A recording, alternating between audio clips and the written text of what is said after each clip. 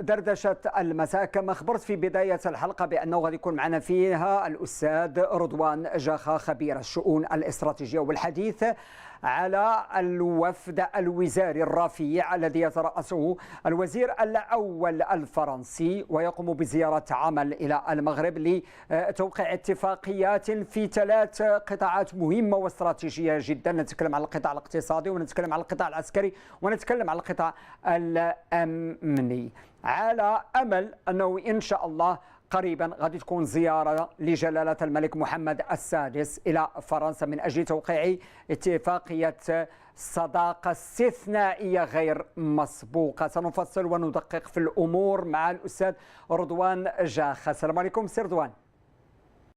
مساء الخير. شكرا لك على تلبية الدعوة أستاذ رضوان جاخة وعلى سعة صدرك أستاذ رضوان جاخة. إذا أستاذ رضوان، متبع بطبيعة الحال هذه الزيارة ديال فرنسا أو ديال هذا الوفد الوزاري الرفيع، تنتكلموا على 12 وزير يقودهم الوزير الأول الفرنسي. خلينا قبل ما نهضروا على هذه الزيارة وتوقيع اتفاقيات في المجال العسكري والأمني والاقتصادي، قبل ذلك ملي تنتكلموا على زيارة في أفق أنه غادي تكون زيارة جلالة الملك محمد السادس إلى فرنسا، وستكون زيارة استثنائية وستكون زيارة لتوقيع اتفاقية صداقة استثنائية غير مسبوقة. مزيان. قبل ذلك نرجعوا شوية إلى الوراء وزيارة ماكرون إلى المغرب وكيف ألقى كلمته بالبرلمان واعترف في داخل البرلمان المغربي بسيادة المغرب على كامل صحرائه. إذن ملي نجيو لهذه الزيارة وما يقع الآن وما سيقع بعد زيارة جلالة الملك محمد السادس للجمهورية الفرنسية، أنا دائما أقول بأن الأمر ليس صدفة، والأمر جاء بمسببات. أبرز هذه المسببات هو أن جلالة الملك حفظه الله فرض المغرب على العالم بما فيها فرنسا وإسبانيا وألمانيا وأمريكا والصين وغيرها من دول العالم. فرض المغرب وغير التوازنات، فأصبحت كل دولة في العالم كما بغات تكون غادي تريح مع المغرب، التفاوض مع المغرب، أتوقع شي اتفاقية مع المغرب، لابد أن توقع الاتفاقية في إطار سياسة رابح. ما بقاش ديك النظرة التي كانت سابقا في القرن الماضي ديال توقيع اتفاقيات بين الغالب والمغلوب. ما بقاش. جلالة الملك لا، نريحوا غادي نوقعوا اتفاقيات غادي تنظر ليا في إطار الاحترام والتقدير الكامل وفي إطار سياسة رابح. ما كان سابقا اتفاقية غالب ومغلوب انتهى زمانها. أنا تنظن وقيل أستاذ رضوان جاخة هذه هي المسببات لما نعيشه اليوم كزخم للدولة المغربية على مستوى تحالفاتها وعلاقاتها الدولية. بالفعل أستاذ حسين، وأنا أتفق معك جملة وتفصيلا بخصوص التحليل الموفق والذي يؤكد كما قلت أستاذ حسين على أن المملكة المغربية بقيادة جلالة الملك من خلال ذلك الخطاب التاريخي بمناسبة الذكرى 69 لثورة الملك والشعب، حينما أكد جلالة الملك على أن المغرب من خلال شراكاته مع مختلف دول العالم لا يمكن أن ينطلق إلا من خلال مؤشر واحد ألا وهو نظارة وبارومتر الصحراء المغربي، وهذا ما أدى إلى فهم مجموعة من دول العالم. وحينما قلنا أستاذ حسين في مجموعة من حلقاتك ببرنامج مساء الخير المغرب من المغرب بسياسة ودبلوماسية الحزم سيستطيع أن يفرض الأمر الواقع، وهذا ما تأكد من خلال العلاقات المغربية الألمانية. تذكرت أستاذ حسين من خلال مؤتمر برلين وعدم حضور المملكة المغربية ذلك المؤتمر بخصوص حالة النزاع الليبي آنذاك، وتلك الرسالة الشهيرة لشتاينماير الرئيس الألماني حينما أكد جلالة الملك سنة 2022 بأن ألمانيا تحترم وتقدر المملكة المغربية بالأكثر من ذلك، بل ألمانيا غيرت وأوضحت موقفها السياسي من مغربية الصحراء. كذلك مع إسبانيا أستاذ حسين سنة 2022 وتلك الزيارة التاريخية لبيدرو سانشيز، والذي أوضح كذلك على أن مقتضى الحكم الذاتي المغربي حسب إسبانيا هو الأساس الوحيد والأوحد من أجل حل هذا النزاع الإقليمي المفتعل. لننتقل حاليا أستاذ حسين إلى فرنسا والجمهورية الفرنسية ووضوح هذا الموقف السياسي الفرنسي الذي نرى تمظهرات له من خلال هذه الزياره التي قام بها رئيس الوزراء الفرنسي سيباستيان لوكورنو الى المغرب. وبالتالي اعتقد استاذ حسين بان فرنسا على غرار اسبانيا والمانيا، وليس كذلك الموقف البريطاني التاريخي والامريكي ومختلف دول الاتحاد الاوروبي لتؤكد على ان المغرب نجح بفضل الدبلوماسيه الملكيه الاستراتيجيه، نجح بفضل سياسه ودبلوماسيه الحزم من جهه اولى واليد ممدوده من جهه ثانيه، من اجل التاكيد على ان قضيه الصحراء المغربيه قضيه استراتيجيه مصير المغرب. وبالتالي فكل دول العالم استاذ حسين اكدت وفهمت الدرس جيدا، لذلك نرى النتائج المثمره مع الموقف الفرنسي ومع الشراكه الفرنسيه المغربيه. نعم استاذ رضوان جاخا، يعني قبل ما نمشيو نفصلوا بعض الشيء في زياره الوفد الفرنسي الان للمغرب، لا بغينا نعطيو واحد الصوره اوضح للمشاهد الكريم حول هاد سياسه الحزم التي ينهجها جلالة الملك في علاقاته مع دول العالم، وبأن المنظار الوحيد الذي يجب أن تنظر فيه العلاقات من طرف أي دولة مع المغرب هو منظار الصحراء المغربية. يعني أي دولة في العالم وأي اتفاقية لا بد أن تمر عبر العيون قبل أن تستقر في مدينة الرباط. جميل.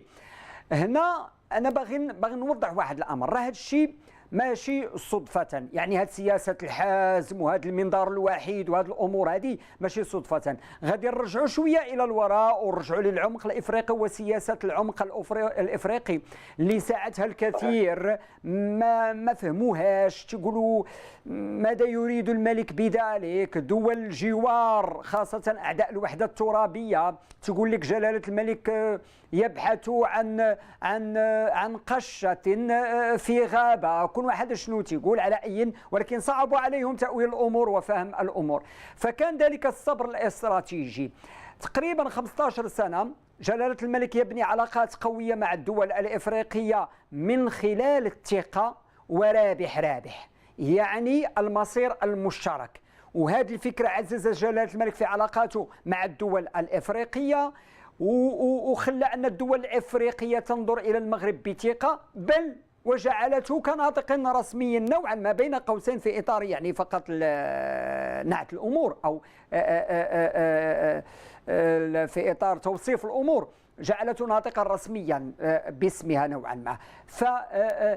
نتكلموا على مبادرة المحيط الأطلسي أو المبادرة الأطلسية، نتكلموا على ميناء الداخل الذي سيصبح أهم ميناء أطلسي لغرب إفريقيا، نتكلموا على ميناء الناظور الذي سيصبح أكبر ميناء يخزن الطاقة الغاز والنفط في المنطقة ككل، نتكلموا على أنبوب الغاز نيجيريا المغرب، نتكلموا على الأمن الغذائي اللي مرتبط بالفوسفات والمصانع اللي انجزها المكتب الشريف للفوسفات بعدد من الدول، منها كينيا، منها نيجيريا، منها الغابون، منها الكوت ديفوار الى اخره، في اطار الامن الغذائي لافريقيا. نتكلموا على قوات حفظ السلام التي يشارك فيها المغرب في عدد من مناطق بؤر التوتر بافريقيا. فهنا استاذ رضوان جاخا، واش ممكن نقولوا هنا تجلت قوة المغرب يعني ما تجلاش القوة ديالو فقط بما يصنعه هو في بلدي وما يصدره في بلدي وما يكتشفه في بلدي، لا، تجلات في العلاقة الدولية اللي نسجها جلالة الملك خارج الحدود خاصة مع الدول الإفريقية، فخلاته أنه خلينا نقول خلات المغرب حصان طروادة لدول العالم في إفريقيا. بالفعل أستاذ حسين، وهذا بفضل الرؤية الملكية الاستراتيجية وبفضل الدهاء وذكاء الدبلوماسية المغربية التي عملت على التنويع من شركائها.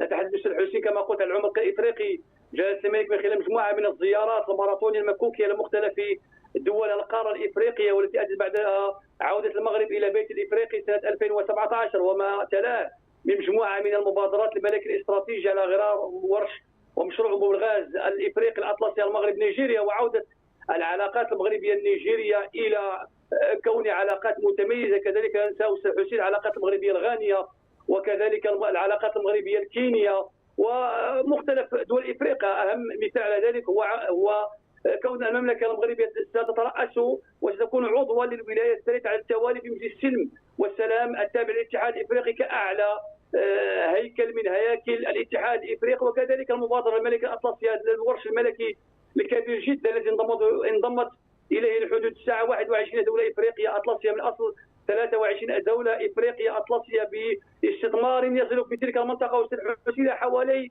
3 بليونات من الدولارات. بالتالي في منطقه اطلسيه غنيه جدا، 55% من الناتج الداخلي الخام يتم توطينه او يعني يوجد في تلك المنطقه. وبالتالي اعتقد بان المبادره الملكيه الاطلسيه التي ستربط القاره الافريقيه بالقاره الامريكيه ستكون له دور استراتيجي مهم جدا مع ميناء الداخل الاطلسي الذي سينور تقريبا ما بين 2028 و2029. كذلك مبادره ولوج دول الساحل، هذه المبادره الملكيه الانسانيه التي تعزز موقع المغرب داخل الساحل الافريقي، وكون المغرب ينظر بنوع من البعد الانساني لتلك المنطقه باعتبارها جلاله الملك، كما اكد على ذلك من خلال قمه بانجول للتعاون الاسلامي بان المغرب ينظر الى افريقيا من خلال تنميه مزدهره تنبني اساسا على التلاقح ما بين البعد الامني والبعد الاقتصادي. لا يمكن ان نتحدث فقط عن البعد الامني بمنطقه الساحل او بالغرب الافريقي او الصحراء بافريقيا، بل يجب ان يكون هناك توازي وتلاقي وتلاقح ما بين البعد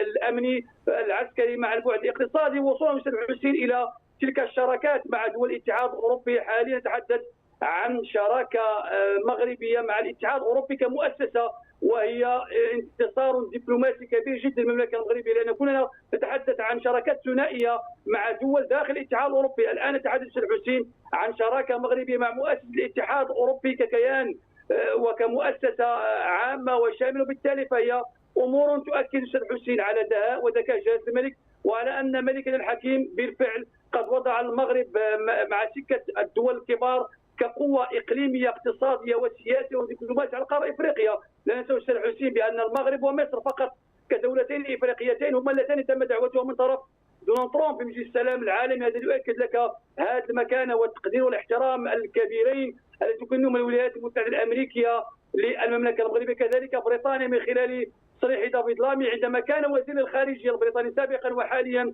وزير الدوله مكلف بقطاع العدل، حينما اكد على ان المغرب يعتبر قطبا جيوستراتيجيا بالنسبه لبريطانيا وبالنسبه للشراكات والاستثمارات البريطانيه التي تستثمر استاذ حسين بالاقاليم الجنوبيه ضمن هذه الوكاله البريطانيه لتنميه الصادرات بحوالي 5 مليارات جنيه استرليني. هذا ما جعل اسبانيا والمانيا وحاليا فرنسا، لان كما قلت استاذ حسين ونتفق معك في مداخلتك الافتتاحيه، فنحن نتحدث على ان المغرب فرض اسمه كقوه اقليميه، وبالتالي فما اتى لم ياتي لسواد عيون المغاربه، بل اتى لسواعد اذرع المغاربه ولهذا الرؤيه الملكيه الاستراتيجيه لصاحب الجلاله الملك محمد حفظه الله التي جعلت المغرب بالفعل قوه اقتصاديه ودبلوماسيه وسياسيه داخل القاره الافريقيه، وجعلت الوفد الفرنسي مع العلم استاذ حسين بان هناك مجموعه من التقارير الاعلاميه للاعلام التابع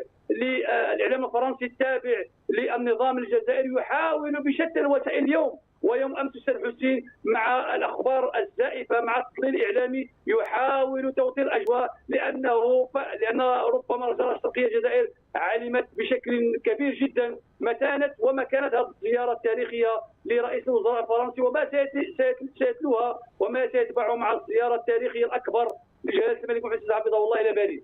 نعم أستاذ رضوان جاخا، نجيو الآن للزيارة التي يقوم بها الوفد الرفيع الوزاري الفرنسي. 12 وزيرا يقودهم الوزير الأول، غادي تهم مجالات اتفاقية توقيع اتفاقية تهم مجالات العسكر أو المجالات العسكرية والأمنية والاقتصادية. جميل.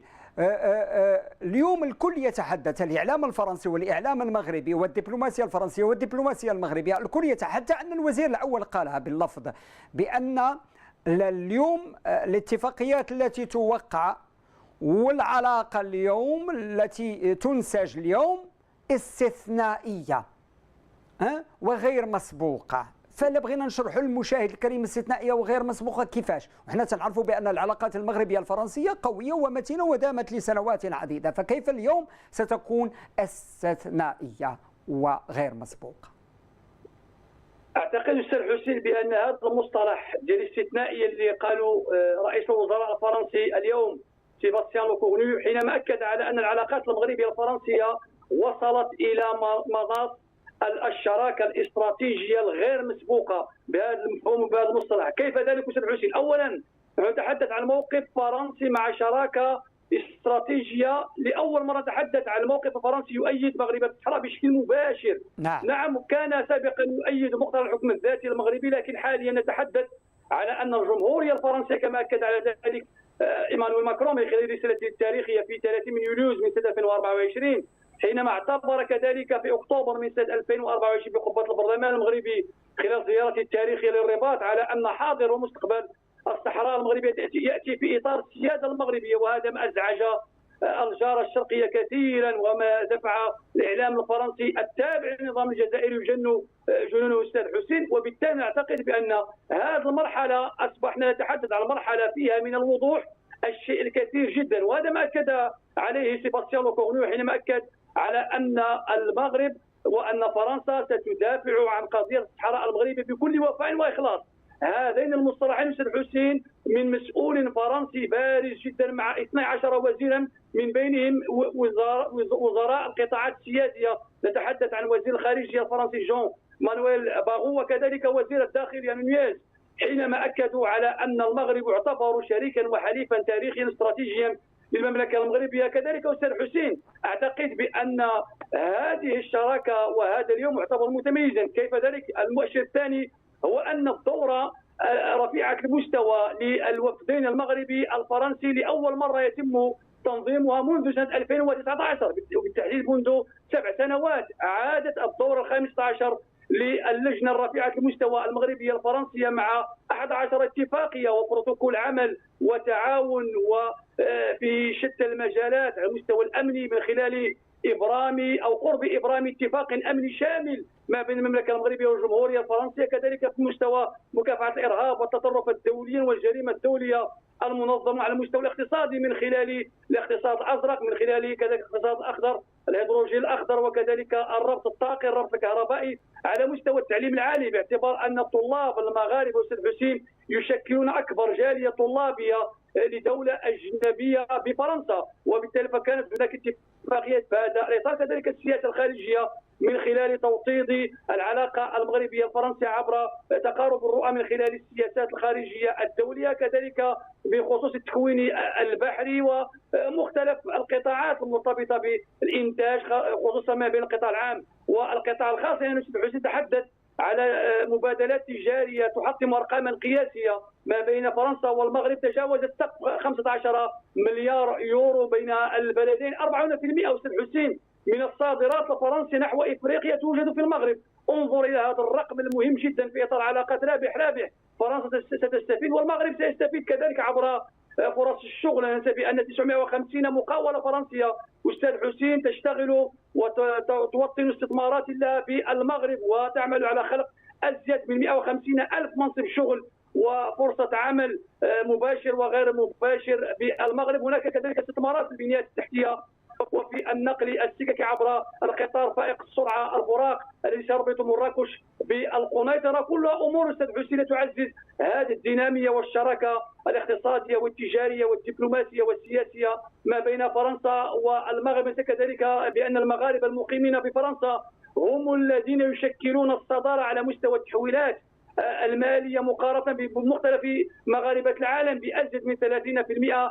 السياح الفرنسيين استاذ حسين يعتبرون المغرب الوجهه الاولى لهم على المستوى العالمي من خلال انفاق يتجاوز 3 مليارات من اليوروهات. وبالتالي نتحدث كما قال جلاله الملك من خلال مجموعه من الخطب الملكي الاستراتيجي على ان المغرب يبني علاقاته وشراكاته الاستراتيجيه اولا من خلال منظار الصحراء المغربي باعتباره البارومتر الاول الذي تنطلق من خلال هذه الشراكات، والثاني من خلال علاقات رابح رابح، وهذا ما يتضح جليا من خلال هذه الاتفاقيه 11 ومن خلال الدوره 15 ومن خلال كذلك قرب والتحضير للاعلام عن المعاهده والاتفاقيه التاريخيه المغربيه الفرنسيه التي تعتبر المعاهده الاولى لفرنسا مع دوله اجنبيه خارج دول الاتحاد الاوروبي. وبالتالي اعتقد استاذ حسين بان جلاله الملك بفضل دهائه وذكائه نجح بجعل المنتظم الدولي، بجعل فرنسا حليفنا الاستراتيجي واسبانيا والمانيا والبرتغال وغيرهم الكثير بان يحترموا ويقدروا المغرب، بان يوفوا بالتزاماتهم، بان المغرب اصبح قوه اقليميه ودبلوماسيه وسياسيه يضرب لها الكثير، بل اصبح المغرب استاذ حسين يساهم في صناعه الخريطه الجيوستراتيجيه قاريا ودوليا. نعم أستاذ رضوان جاخا، دائما في هكذا اتفاقيات وفي هكذا شراكات إلا وجلالة الملك حريص على، بطبيعة الحال كل القطاعات مهمة وكل القطاعات حريص عليها جلالة الملك، أن نديروا فيها شراكات وأن نقويوها ونطوروها وننميوها بطبيعة الحال. ولكن رأينا ولمسنا مؤخرا، نقدر نتكلم لك على واحد ربما 10 سنوات تقريبا، جلالة الملك في كل الشراكات وفي كل العلاقات وفي كل تحالف إلا ويركز على المنظومة العسكرية، تطوير المنظومة العسكرية، الصناعة العسكرية. لاحظتي بأن اليوم المغرب في منظومته العسكرية يعني انفتح على الهند وكاين علاقات واتفاقات، انفتح على الولايات المتحدة الأمريكية وكاين علاقات واتفاقيات، وانفتح على إسبانيا هناك اتفاقيات، انفتح على فرنسا ومنفتح على فرنسا وهناك اتفاقيات، وكذلك على الصين الشعبية. فملي تنتكلموا على المغرب يعني هذه الاتفاقيات الجديد فيها وهذه العلاقات العسكرية مع الدول اللي تكلمت اللي قلت الجديد فيها، ماشي علاقة مصدر ومستورد، لا، علاقة تصنيع، علاقة تصنيع، علاقة تطوير، علاقة يعني علاقة خلينا نقول لك بأنه علاقة الصناعة العسكرية بالمغرب وتطوير المغرب في الصناعة العسكرية.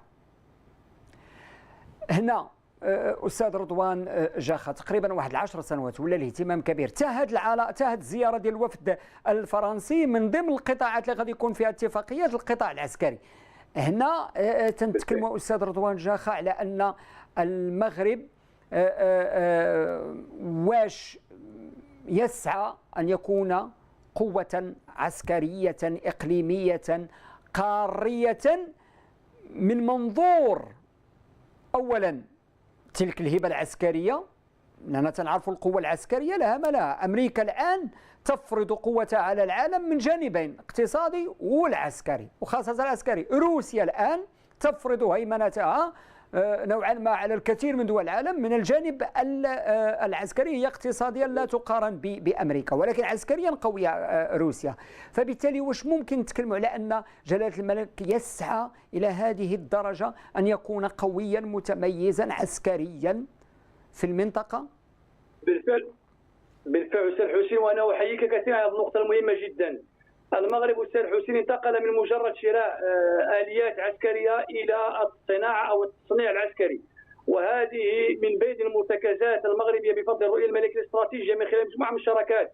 تحدث أستاذ حسين عن الشراكة المغربية الصينية الروسية الأمريكية اليابانية الهندية، والآن الشراكة المغربية الفرنسية في مجال الصناعة العسكرية. فاليوم أستاذ حسين كما قلت، فوزير الدفاع أو المكلف بالدفاع الوطني السيد لودي بتعليمات وتوجيهات الملكية من طرف صاحب الجلالة الملك محمد السادس حفظه الله استقبل وزيرة الحرب والشؤون العسكرية الفرنسية. وهذا يؤكد لك بأن هذه الشراكة المغربية الفرنسية شملت مختلف القطاعات، دبلوماسيا سياسيا من خلال الموقف السياسي الواضح لفرنسا، اقتصاديا تجاريا من خلال تعزيز يعني المتانة التجارية والاقتصادية بين البلدين، ووصل كذلك البعد الأمني والدفاعي والعسكري. وأنا أتفق معك أستاذ حسين، فالمغرب بقيادة جلالة الملك يعمل ويجتهد على العمل حتى يكون من بين الدول الصاعدة والدول التي تصنع عسكريا على المستوى القاري والدولي. ونحن نسير في السكة الصحيحة أستاذ حسين من خلال تبادل الخبرات مع الدول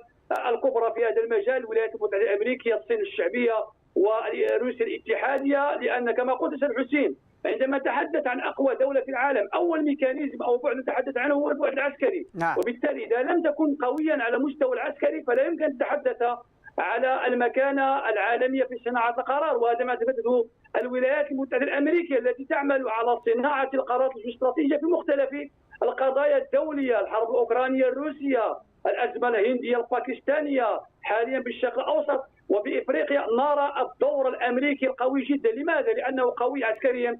هذه القوه استاذ حسين تمثلت من خلال الصناعه او التصنيع العسكري الذي نجحت فيه الولايات المتحده الامريكيه. واعتقد استاذ حسين مع هذه الشراكه المغربيه الامريكيه ومع مجموعه من المصانع في مجال التصنيع العسكري التي يتم توطينها في المغرب، اعتقد بان المغرب خلال العشر سنوات الى ال 15 سنه مقبله سيشكل وسيعتبر قطبا في الصناعه العسكريه على مستوى القاره وعلى المستوى الدولي. ولا ننسى استاذ حسين فقط العوده للشراكه المغربيه الفرنسيه بان السفير الفرنسي بالمغرب فيليب لاليو قد زار في الفاتح من هذا الشهر، من شهر يوليوز، مدينه العيون المغربي، وقد اكد على ان فرنسا ستعمل على توطيد شراكتها في مختلف الابعاد. وتحدث السفير الفرنسي عن البعد العسكري وعلى البعد الامني من خلال كما قلت اتفاقيه مرتبطه بالاطار الامني ستكون اكثر شموليه وستمتد لسنوات طويله ما بين الجمهوريه الفرنسيه والمملكه المغربيه. كذلك استاذ حسين لا ننسى بان كما قلت هذه الزياره تشكل تحضيرا لاتفاقيه معاهده ثنائيه تاريخيه ستجمع المملكه المغربيه والجمهوريه الفرنسيه. اذا اردت استاذ حسين ان تعرف مدى وحجم ومتانه ومكانه هذه الاتفاقيه اذهب الى الاعلام الجزائري الشقيق وستنظر حجم التوتر لدى المحللين الجزائريين. ستنظر استاذ حسين حجم المغالطات على غرار تلك المغالطات التي نشروها سابقا عبر قناتهم الاولى، باعتبار ان الطاس قد اهدت السنغال كاس افريقيا في حين ان الطاس فندت ذلك. وبالتالي سترى استاذ حسين العجب العجاب خلال هذه الايام. وانا الاحظ وانظر واستشف من خلال مجموعه من المحللين الجزائريين. وماذا استشفه استاذ حسين؟ اولا توتر كبير مع الزياره.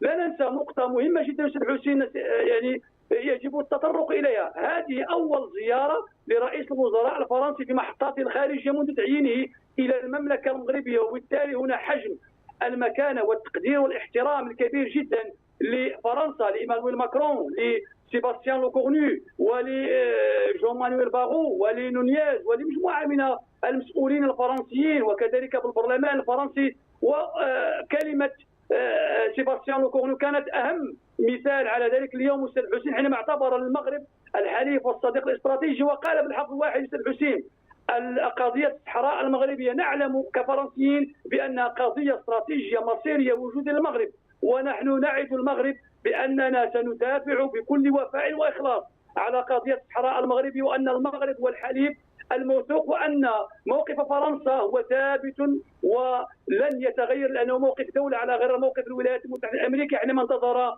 اشقاؤنا الجزائريون بان يتغير موقف بايدن فكان اكثر متانه. والان دونالد ترامب وكذلك الفرنسيون والالمانيون عندما تغير رئيس وزرائهم نفس الموقف يتبنى الالمان، كذلك اسبانيا والبرتغال. وبالتالي اعتقد استاذ حسين بان جلاله الملك حفظه الله هذا القائد العظيم، هذا الملك الحكيم، نجح باستراتيجيه الصبر، بدبلوماسيه الصبر، برزانه وبحكمه، بكل ثقه وبخطى متسلسله وبديناميه وبرؤيه ثاقبه بان يضع المغرب بالفعل في سكته الصحيحه، بان يجعل المغرب قوة إقليمية قارية اقتصادية وسياسية ودبلوماسية، بل ويجعل ألمانيا. من كان يعتقد استاذ حسين خصوصا المحللين الغربيين وبعض المحللين المغاربة بالخارج حينما قالوا بأن ألمانيا لن تتنازع عن موقفها وإسبانيا لن تتنازع عن موقفها، فرنسا لن تجبرهم على تغيير موقفهم. الآن سنة 2026 استاذ حسين نتحدث عن موقف ألماني قوي جدا، موقف بريطاني مشرف جدا، موقف فرنسي واضح جدا، موقف إسباني لحليف استراتيجي استعمر الصحراء لأزيد من 100 سنة، لا يؤكد على أن الصحراء مغربية. وما تلك الاستثمارات لبريطانيا كما قلت ولا الإسبانية والفرنسية لا أكثر دليل واقعي يؤكد على أن ملف الصحراء انتهى مع قرار مجلس الأمن تاريخ 27/97. الآن انتقلنا إلى تنمية أكثر شمول الصحراء من خلال استثمارات فرنسية، من خلال زيارة السفير الامريكي استاذ حسين جوكان بيوكان الثالث، مع كذلك فيليب لاليو السفير الفرنسي، ومع مختلف المسؤولين البريطانيين الصحراء المغربيه. نعم استاذ رضوان جاخا، باش نختم معك في دقيقه، تعلم بان خريطه التحالفات في العالم تتغير، وفرضتها ظروف عالمية، فرضتها أمريكا والبيت الأبيض لتغيير التحالفات في العالم. جميل. أنا ملي تنقول تغيير خريطة التحالفات في العالم، فما تنتكلموش على أي دولة غادي تدخل في هذه الخريطة ديال التحالفات، وما تنتكلمش على راه كاين دول لا داعي لذكر الأسماء حتى لا تعتبر الأمر تحقيرا لها، ولكن كاين دول لا تنطق بالاسم، لا داخل الكريملين، لا داخل البيت الأبيض، لا في الإليزي، لا يعني لا في لندن، لا في طوكيو، لا في بكين. ما كاين دول لا يذكر اسمها في خريطة التحالفات الجديدة، ولكن المغرب ماشي يذكر اسمه، بل هو مربط الفرس والعنوان الأبرز في خريطة. دابا الناس يسمعوني تنتكلم ويتكلم سير دونا يسحبونا تنبالغ، ولكن والله إنها الحقيقة.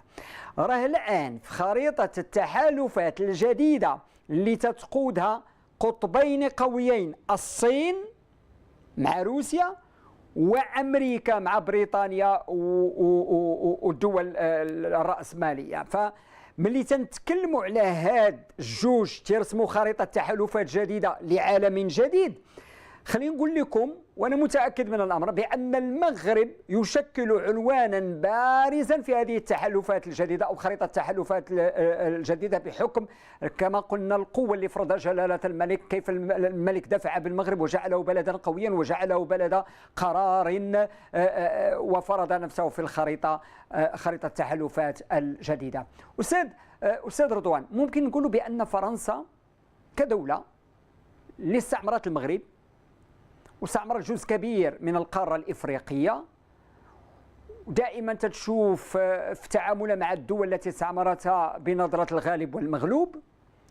واش اليوم نقدر نقولوا بأن فرنسا علمت بأن المغرب هو عنوان بارز في خريطة التحالفات الجديدة التي تقودها أمريكا والصين، وبأن عليها أن تبادر وتسارع إلى المغرب والارتماء في حضن المغرب، بهذا التعبير، والارتماء في حضن المغرب حتى تحافظ على مكانتها في خريطة التحالفات الدولية؟ بالفعل أستاذ حسين في دقيقة، وكل ما قلت يا أستاذ حسين أتفق معك. لا يمكن للغربيين أستاذ حسين أن يحترموك ويقدروك بهذه الدرجة إذا لم تفرض نفسك في الميدان، إذا لم تكن بعبعا وقطبا وقوة بالقارة إفريقيا، فلا يمكن أن تأتيك هذه الشراكات بمختلف بقاع العالم. إذا كانت الصدفة ربما ستأتي من دولة أو دولتين أو 3 دول. إذا كان هذا الغربيين أستاذ حسين بنظرة البراغماتية وبنظرة لغة المصالح، فهم يرون المغرب أصبح قطبا وقوة إقليمية داخل القارة الإفريقية، أولا باعتباره بوابة الاستثمارات الدولية بالقارة السمراء، وثانيا من خلال المكانة التي وضعها جلالة الملك للمغرب بالمنتظم الدولي. أستاذ حسين، نحن نتحدث بكل موضوعية واقعية على غير خطاب الجارة وخطاب الآخر. فإذا الأمر الواقع ماذا يقول؟ هناك المغرب في مجلس السلام العالمي كدولتين من بين دولتين إفريقيتين فقط بالقارة الإفريقية. أستاذ حسين، كيف لوفود من ألمانيا وبريطانيا وروسيا والصين الشعبية والهند وفرنسا تأتي خلال أقل من 3 إلى 4 أشهر إلى المغرب؟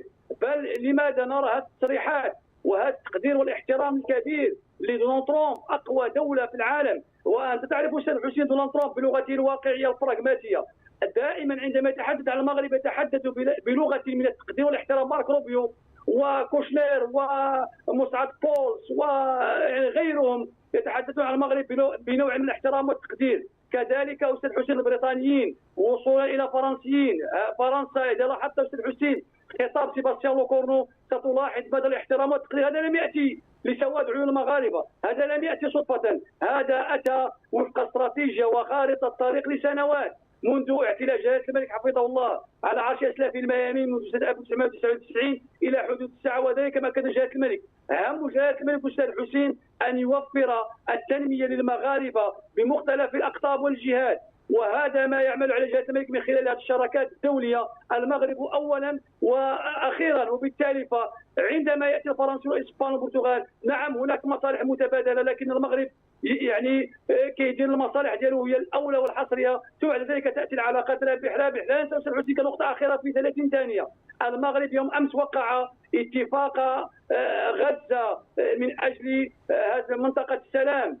المغرب يؤكد على ان فلسطين والقضيه الفلسطينيه يتم حلها من خلال حل الدولتين، وبالتالي احتفظنا بنفس الخطاب السياسي التاريخي للمغرب، بنفس النظره البراغماتيه الواقعيه لكي نعمل كذلك في صناعه والمساهمه في صناعه السياسات الدوليه وما على باقي دول افريقيا. واعتقد بان الان حاليا مع ركب المغرب مع دول قليله، اعتقد مع سنه 2027 أستاذ حسين سنرى واقولها من برنامجك أستاذ حسين، ربما سنرى اتفاقا تاريخيا ما بين المغرب وجنوب افريقيا، وسيؤدي الى هذا لم الشمل الافريقي. اما الجاره فاعتقد بان فتر القطار وفتر الركب، لان المغرب الان يسير بوتيره البراق، وهناك ربما أستاذ حسين من يتبعنا بسرعه السلحفاه.